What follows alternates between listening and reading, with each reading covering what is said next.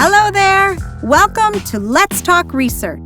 I'm Dr. Charity Marsh, the Director of the Humanities Research Institute, or the HRI, at the University of Regina.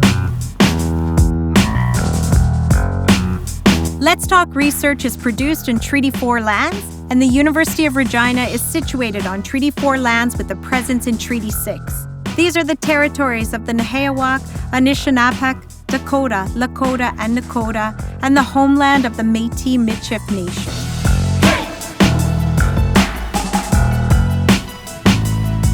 Let's Talk Research is a podcast focusing on the diverse, innovative, and critical research that is supported by the HRI.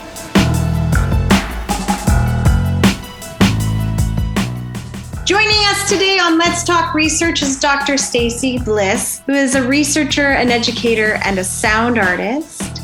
Stacey is also a recipient of the SSHRC Insight Development Grant and currently conducting research for the project Toward a Sound Pedagogy, a Sonic and Performative Ethnography of Sound Healers in Canada. Welcome, Stacey.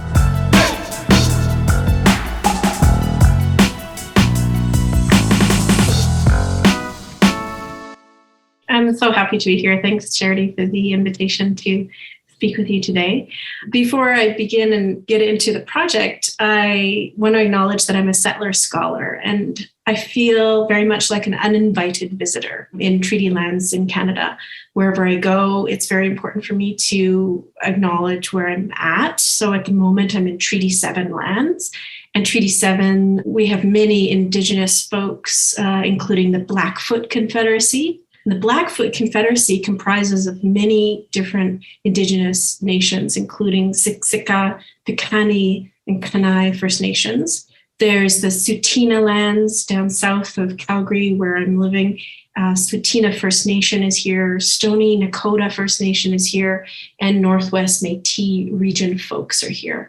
There's a richness of heritage around me that have come before me. And that said, my grandparents came here to Canada from Ukraine on one side, then on the other side from Britain. And I'm an auntie to Brendan, who is in the United States. I'm a sister to Rick and Lily in Canmore, Alberta, and daughter to Elizabeth here in Calgary. And I live with a lovely cat, Frances Bean, who always teaches me how to chill out and relax and take rests when I need them.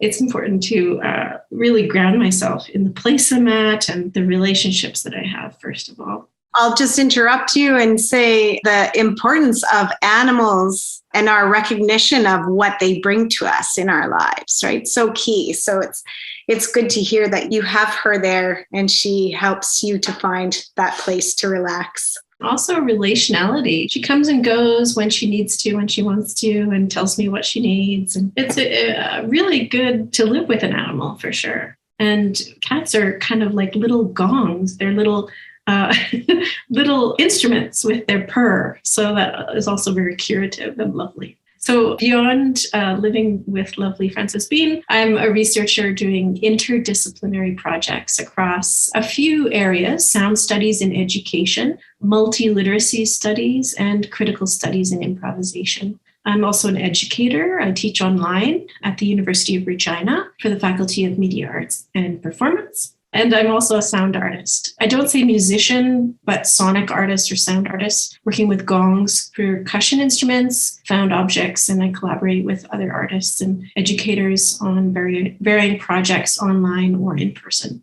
I think this is key, is our ability to shift and navigate as we have had to during the pandemic. And so as a scholar and a practitioner, the way that you are in your work, just having that sense of like also being able to do that and to continue to make work, make art, make sound with others during the pandemic is really a key component. Maybe you could talk a little bit about that as well, because that's such a primary part of your practice in the last couple of years. Yes, so moving around has come to be more local moving rather than international.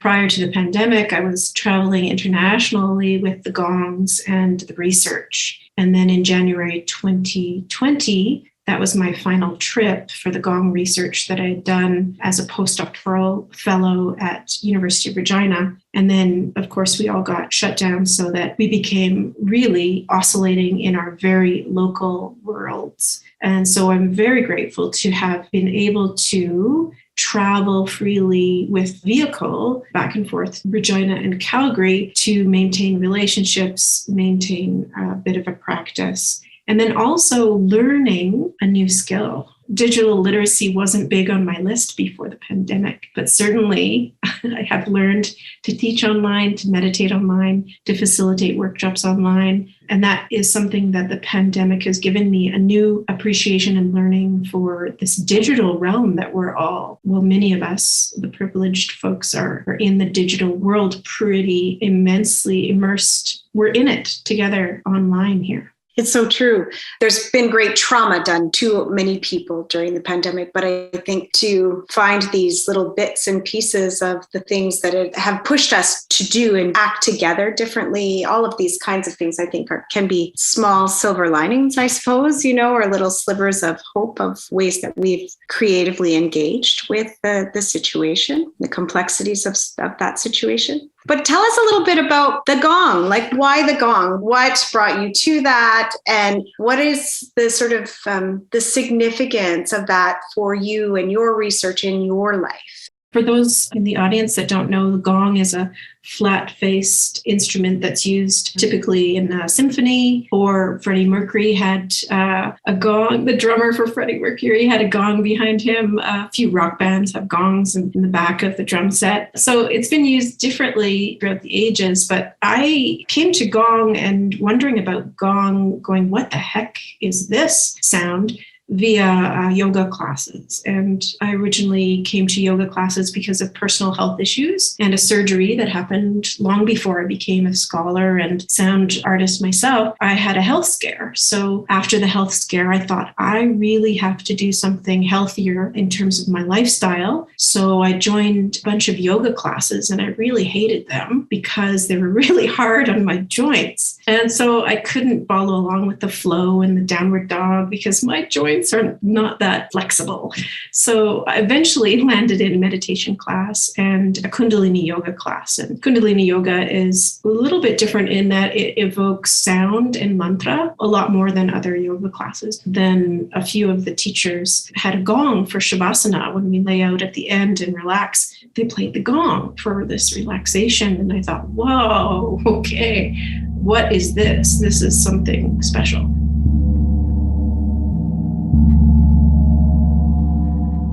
So at first I came to the gong because of my personal need to be healthier and engage in a practice that would make my life better in certain ways. And that was physical, and it ended up being mental and spiritual as well. And then through that journey, I became a yoga teacher, a meditation teacher. And one of my teachers had a gong. And I said, can I borrow your gong? And he said, no. And so I asked him a couple more times and he said no twice. And I thought, okay, I have to get a gong and play this thing and see what it's all about, because it made a pretty big impact.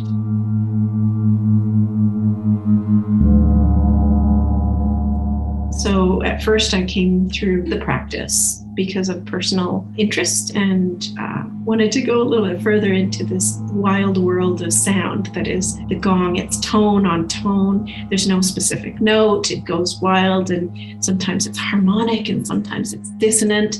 So from there, I never guessed that that would intersect with my academic studies. So that was a surprise for sure. I think those surprises are what generate, or it's generated from that surprise, from that excitement, and then that mergings happen, right? And so how then did you bring it into your practice? How did it come into that sort of research area as something that you wanted to engage with and explore in that setting? Because that's very distinct from the need to engage personally and then to be wowed by something and then to take it up. Yeah, I had gone back to school to do my master's and PhD, and I thought it was all going to be about language learning and literacies. And it still is. It still is multi-literacies. It's just sonic literacy now rather than text-based literacy. What we usually think of literacies as text-based or digital has been kind of expanded and blown up. In 1996, there was scholarship on multi-literacies and what it meant. And part of the New London group, their research, a group of 10 scholars, talked about multi-literacies being gestural and spatial. And so I went down the rabbit hole of learning about more literacies rather than text-based and digital. I found scholars were studying existential literacy, mindfulness as literacy, racial literacy. So literacies that are more relational and affective. And that really got me thinking, well, wow, if a scholar is positing that mindfulness is a skill to build like a literacy, I've got to find out more about what the possibilities are in that statement. So I made my dissertation project around mindfulness and contemplative practices as a socially situated literacy. And I went to Chile and India and here in Canada to hang out with folks that were doing and teaching mindfulness-based practices. After that project, I thought, well, if I can study mindfulness-based practices as literacy, what about sonic possibilities, sound? And then I came across a book in the music library at U of T in Toronto. And the book was written by Rebecca Kane, or edited by Rebecca Keynes, who was formerly at MAP in the University of Regina, and Ajay Hebel from University of Guelph. And they wrote a primer on improvisation and critical studies in improvisation. And that just wowed me. So there's a beautiful thing that happens when, and I hope some of your listeners are thinking about going in to do their master's or PhD, because surprising things happen. You think you go in with one thing and then you go down research rabbit holes and find out that certain things were possible that you never dreamed of. So there was this meeting of the two worlds, my personal journey with kind of a healing process, and then academic scholarship in critical studies in improvisation and contemplative education and multi-literacies. I never would have dreamed that that would be a trifecta of study and research now through Social Sciences and Humanities Research Council of Canada. They've generously funded my research throughout the last few years to do these projects to find out what is going on in sonic communities. Seems like such, on one level, like a simple question. It reveals so much more, right? So like, what is going on here in this? And so thinking about this, I suppose the projects that you have been working on, and you are working within the framework of a new project that has recently been funded through SSHRC, through the Social Science Humanities Research Council of Canada. And I know that there's been an extension of that project just for lots of reasons, but maybe we could talk a little bit about that and where, your process and where you're going. And in particular, some of these larger questions that you ask in the work. In preparing to talk to you, I looked at some of these questions that you are thinking about, like how do Canadian sonic practitioners engage their communities with sonic events as sound interventions? How do improvisational sonic events and teachings gesture toward increased well-being for individuals and communities in Canada? And then could a pedagogy of sound or a pedagogy of sonic environments inform curricular concerns in the tumultuous 21st century? Yay, there's so many questions, so vast, right? There's lots to unpack for sure. Going back to the basic ethnographic question, what is going on? So that's my entry point, I think, is being a sonic ethnographer, is to find out what's going on in the sound communities across Canada.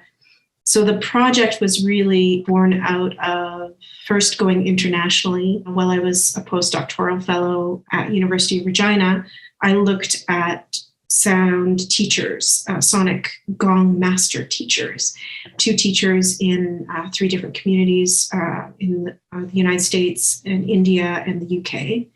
And then I was going to do a huge international project, but SSHRC said no. So they said, No, I think it was because the pandemic was starting. But they did say yes to my second iteration, which was Canadian.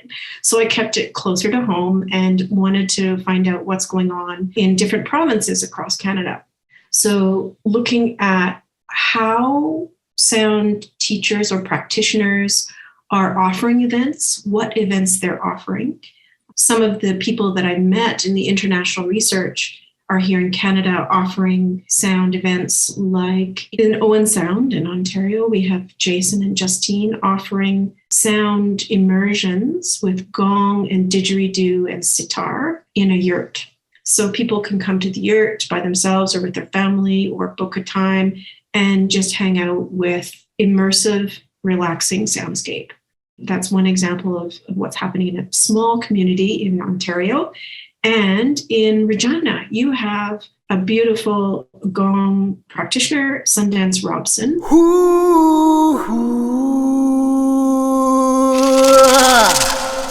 He is doing some men's circles, talking about healing traumatic histories. He's Indigenous, so he's serving the Indigenous community and men's community in particular. And he does sound events with his partner, Karen Marie. So locally, you're seeing more sound events happening. And this is happening locally, nationally, and internationally. So this project in particular gives me a couple of years from now until 2024 to travel with a research assistant to the smaller communities or larger communities across Canada and document the soundscape, audio-visual documentation about what's happening and how communities are being served in this sonic way to offer up something that is relaxing in a different way. Not your typical yoga class. You don't have to do anything. You just have to show up, maybe lay down or sit comfortably, and then the sound washes over you. And who knows what happens? Each participant in that kind of event is going to have a different reaction or different outcome. But for many, so far in the research, it has been a curative, relaxing experience for people to immerse in sound, in particular, the sounds of these unusual instruments, not so musical, but sonic experience. And I'm interested in antidotes to stress and burnout and the craziness that we're living in terms of tumultuous living. I don't want to talk about the tumultuous living, but I want to find out what is being done for this predicament we're in. We are in tumultuous times, as you mentioned, and the words unprecedented come up and uncertain, but we're always in uncertain times, always. And unprecedented, well, history repeats itself. So we're in a situation that, like a pandemic situation, has happened before. It's just that we are really feeling it. So we're in tumultuous times, and there's a sociologist, his name is Zygmunt Bauman. Zygmunt Bauman calls tumultuous times liquid modernity. And I'm wondering, what do we do to make sure that we're okay and healthy and building strong and healthy relationships, taking care of ourselves in relationship to others as well? So as a social practice, what can we do to live through liquid modernity? These times we're in are wild, right?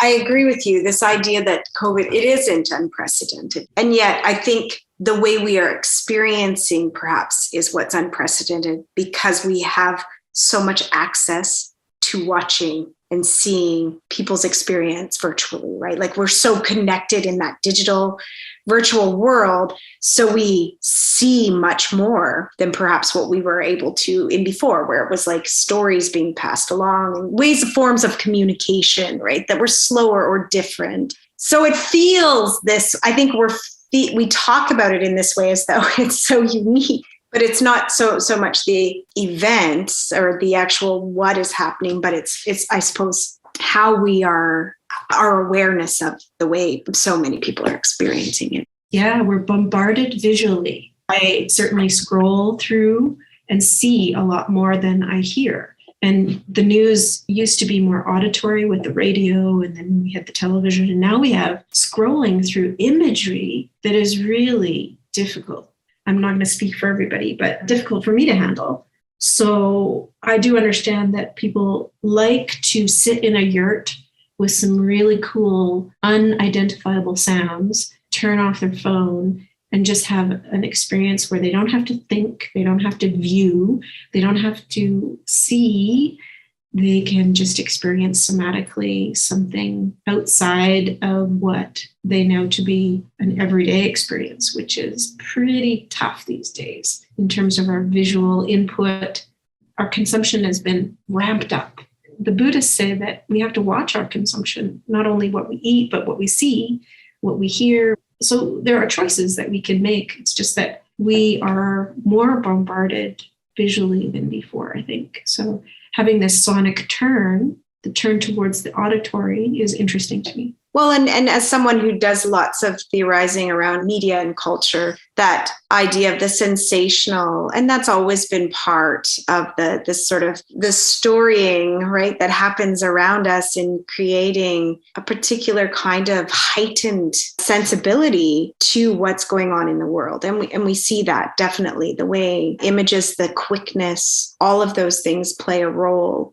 And the same kinds of images over and over again, right? It's not very diverse in its sense of that. Even in the sounds that come with those images, if there is sound, they're not very diverse. So this project, in the sense of like looking or going into different communities, finding different kinds of sonic sound, like different, it's not just the gong, for example, here, right? You're looking at an expansion of like sonic, what is happening. Yeah, in Owen Sound, they're using gong and didgeridoo and sitar. So the gong teachers, they of course teach the theory and practice of using the gong. But in the trainings, often they'll have different instruments, especially metal bowls or crystal bowls, chimes, bird sounds. So they'll bring in some other sounds as well.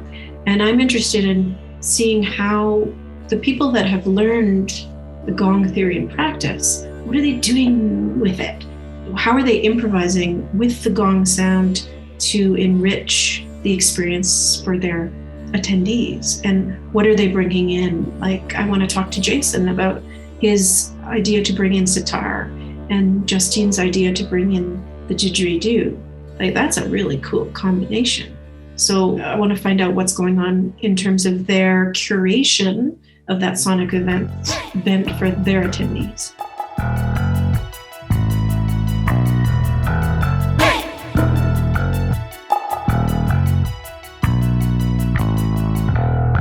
When you were talking earlier about the doing things virtually, but actually one of the things that we were just excited to do and to have you here in Regina was to do a face-to-face event with some community that you've only been working with virtually over the last 2 years. And this was through a meditation, an event around with the gong. And so could you just tell us a little bit about what that was? When I learned that I was going to be at University of Regina for the postdoc 2 years, 2019 to 21, I thought, this is great. I'm going to be able to offer weekly sound and meditation events.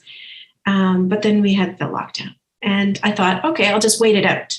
I'll wait it out until this is over, and then we'll do the in-person. And it never happened. So November 2020, online, I offered meditation and sound bath or sound immersion, 30 minutes every Tuesday. And between 20 to 60 people showed up online. I was like, whoa, I didn't expect that. So it became an online community, and the regulars started showing up.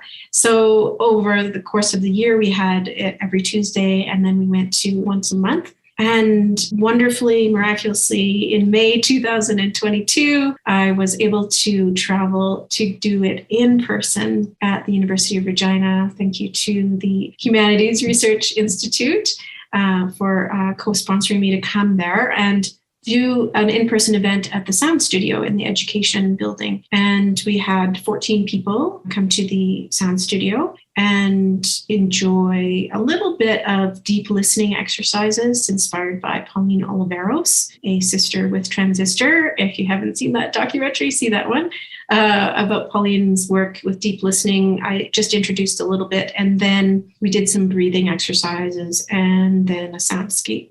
And one of your assistants, Maria, was there, and I wonder what she had to say about that soundscape that she was immersed in May 2022.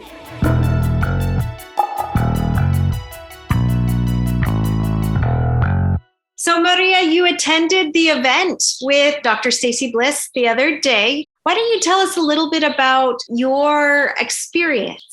Thanks, Charity. So drawing on my experience at the workshop, what was most striking to me, or what I wanted to highlight, was the relationship that I saw between the visuals and the audio. When Stacey was performing, she had us close our eyes and really focus on our breathing, being wrapped up in all of these sounds. So tell us a little bit about the sound that you heard. Sure. So the sounds were really a myriad of a lot of different instruments and frequencies. You had these high sort of chiming notes of wind chimes and cymbals mixed in with these very deep resonating sounds of the gongs. And Stacey would walk around the room playing these sounds. So we heard them all at different volumes. We tried to listen to them in relation with or in tune with our breath, and also listen to the silence in the space of those sounds. And so part of the experience, I know having attended some of these workshops with Stacey in the past, is this sense of the sound, but maybe you could talk a little bit about how you were taking it in. What else was captivating you? So although we were instructed to close our eyes, I peeked quite a bit, to be honest, and was really just fascinated by her performance. You had these, as I mentioned, these like moving sounds that really resonated within you. Those were paralleled by the way that Stacey was playing these instruments. So when she's playing the chimes, she's really using these intimate, small movements of the hand, getting really close to that instrument. And when she's playing the gong, she's walking around the room. She's holding it with her arms spread out. She's playing it with these great big waves of her arms, trapping those sounds, between her legs, or letting it fly as she walks all the way across the room. So that was really, really interesting to see, this variation in the sound, but the variation in her movements, in the form and in the scale of those movements, how those related to the sound.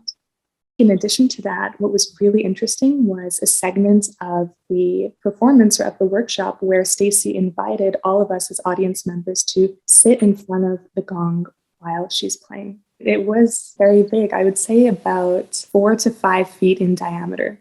So as Stacey and I are both sitting across from one another in the chairs, it's covering our bodies entirely, and I can't see anything ahead of myself besides the gong.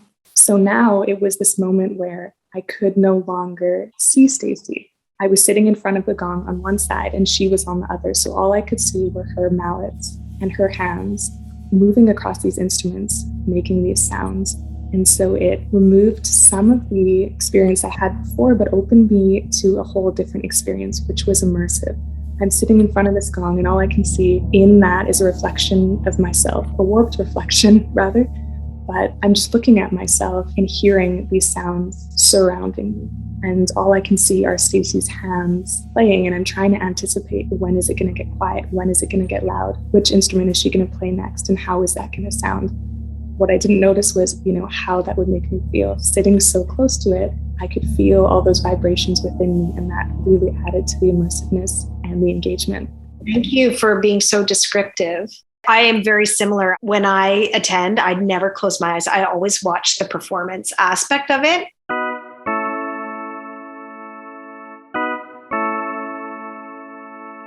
One of the questions that we have to sort of address is, what does it mean? And when we think about this, it's really key and I think important to think about concepts of appropriation of instruments that are not Canadian in the sense of Indigenous to Canada. They're not, even if we were talking about what's happening in Regina, the gong is not, for example, part of Indigenous culture here, and Tree 4 hasn't been. So how do you, can you talk a little bit about that too, right? You named yourself, you're a settler researcher, like your history. And so maybe you could speak a little bit to that, because I think these are really also key questions in the way that you're thinking about it in your research, and trying to, contextualize that and situate that in a way that's ethical. And so can you just speak a little bit to that? The gong is so accessible So the gong teachers say that anybody can come to the gong and learn it, whereas another instrument like the violin or the bass, it takes a long time and lessons and slogging through notes and chords and figuring it out. Where the gong, you come to it and you need to come to it with a bit of calm, intuitive sense. So it's a different approach to the instrument for sure. The one level, the gong teachers say that anybody can come to the gong and do it a little bit more easily than another instrument. The gong has a huge history, and that's certainly something that would be interesting to study and do research on, different lineages of gong and how it's been used. So there's Balinese lineage, Chinese, Tibetan, India. Different communities use the gong differently throughout history. Just one anecdotal account I'll give is the gong used to be used as a call to war.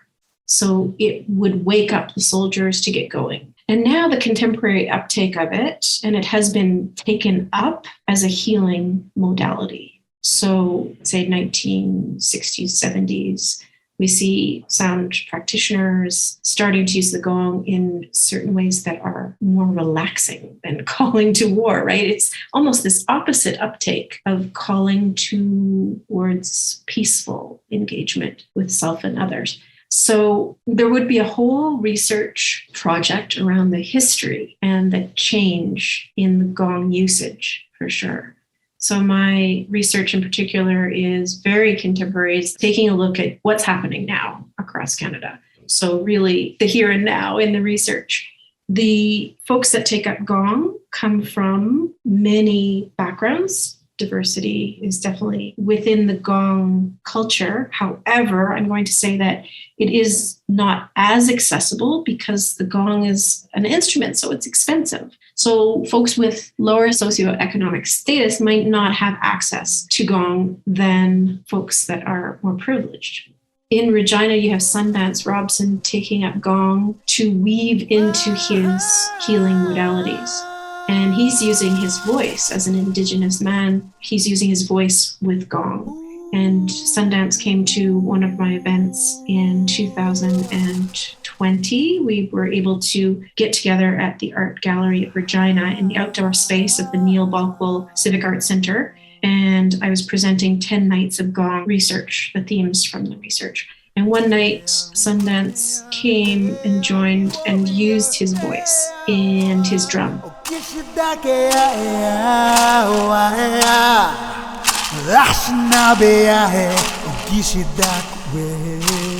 And so there's the spirit of collaboration and the spirit of improvisation.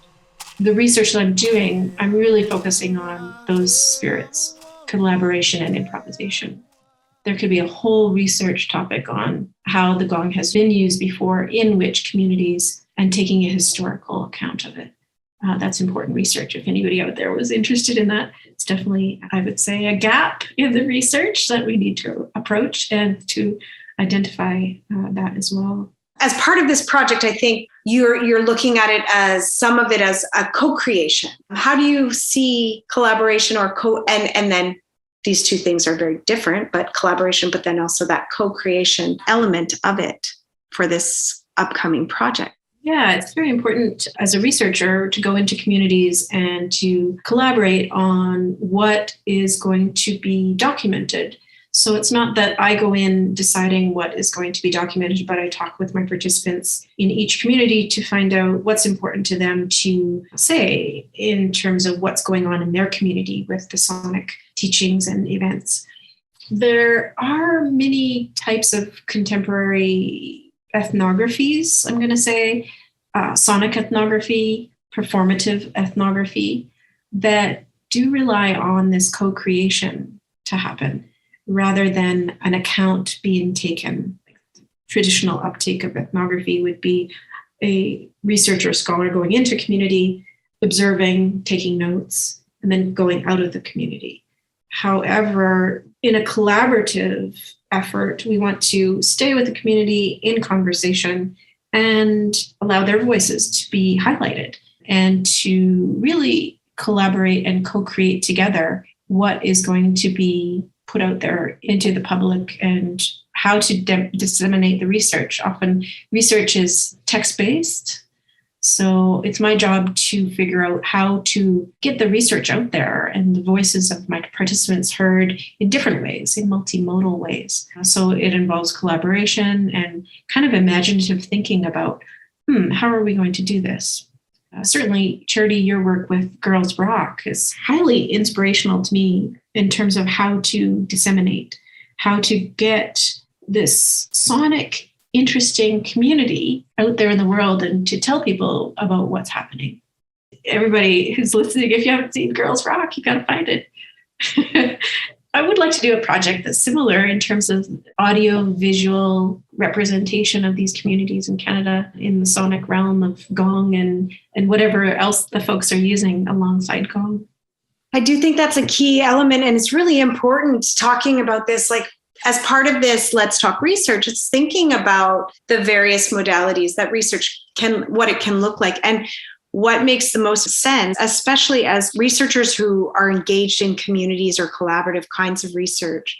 Yeah, it's fine. We can put it in those, other forms, more conventional academic journal. But even here for the podcast, that idea of like talking about and getting at the interesting parts of this research and many research projects in a way that is accessible, that you don't necessarily have had to read an entire body of work, of literature on a topic, but that there's like an engagement and there's a way to talk about the sort of cool things that are happening, but also like the critiques, the ways that community are engaging and processing and critiquing and calling into question representations. All of these kinds of things are so key.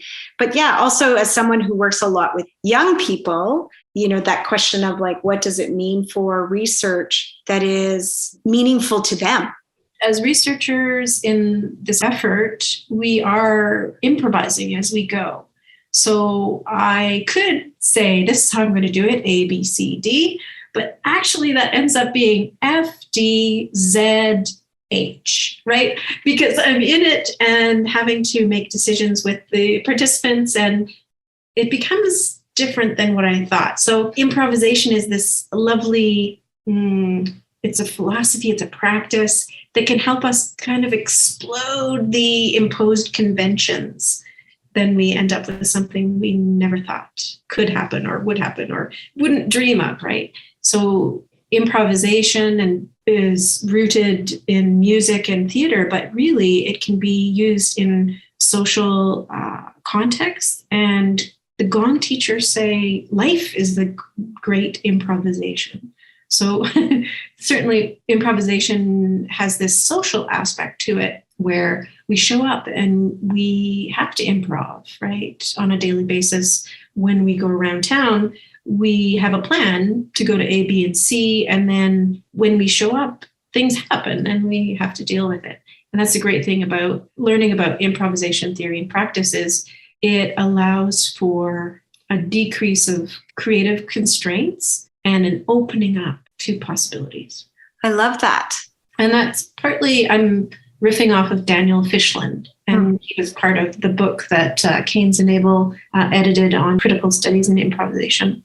There's so much in that, right? So many beautiful pieces. And I do think that it's important for us to think about improvisation outside of just those specific disciplines. And like even in the creation of the labs where there was also play and provocation, but the improvisation as a means or as a strategy towards activism, social justice, those kinds of key focuses. And I'm thinking about this in like healing or reconnecting at this time in these states. And so thinking about that too through this sonic work and what happens in those moments.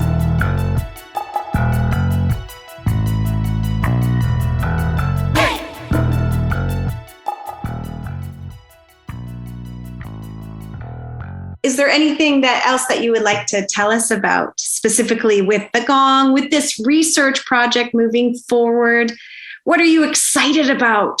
I'm so excited about this project and it unfolding. It was delayed because of COVID, but I have an extra year So I'll be steeping in this research with folks in Canada for the next couple of years. And alongside, I'm very excited about a second project I have. I'm developing a framework to reconceptualize how we think of multiliteracies. So in 1996, the New London group got together and they conceptualized multiliteracies to design our social futures. So that was 1996. And so they kind of were thinking forward about how we were socially going to be. And now here we are, hyper-social. And I would like to reconceptualize multiliteracies to include the contemplative literacies and those literacies that are relational and affective. And perhaps call it, this is a working title, Literacies of the Heart, and designing interconnective futures,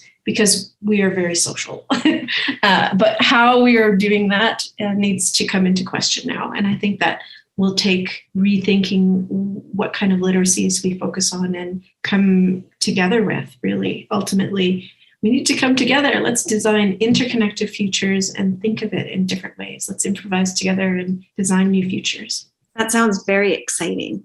Lots of possibilities there. I can already see lots of projects and collaborations. So thank you so much for joining us today and for sharing about your research. There's so much hope in this research around sonic sort of restoration and healing, and thinking about the importance of sound as a path forward, perhaps.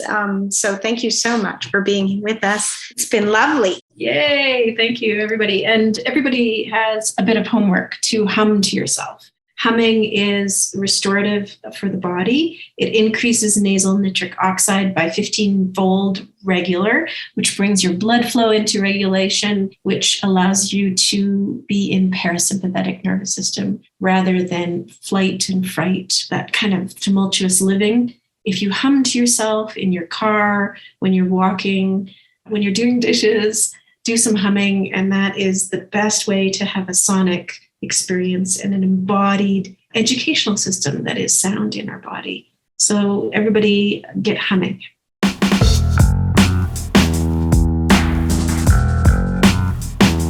Since recording this episode of the podcast, Jason and Justine are no longer in Owen Sound and offering sessions in a yurt. They have moved to Lotus Sound Studio in Collingwood, Ontario.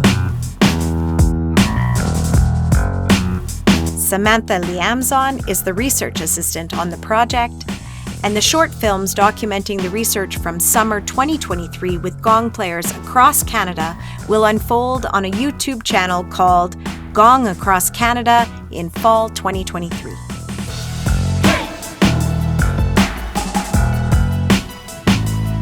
Let's Talk Research is produced by me, Dr. Charity Marsh, and I'm supported in this project by my savvy and creative colleague, Evie Johnny Ruddy, and our research assistants, JC Bells and Samantha Liamzon. You can find Let's Talk Research on the HRI website or on your favorite podcasting platform. Thanks for listening.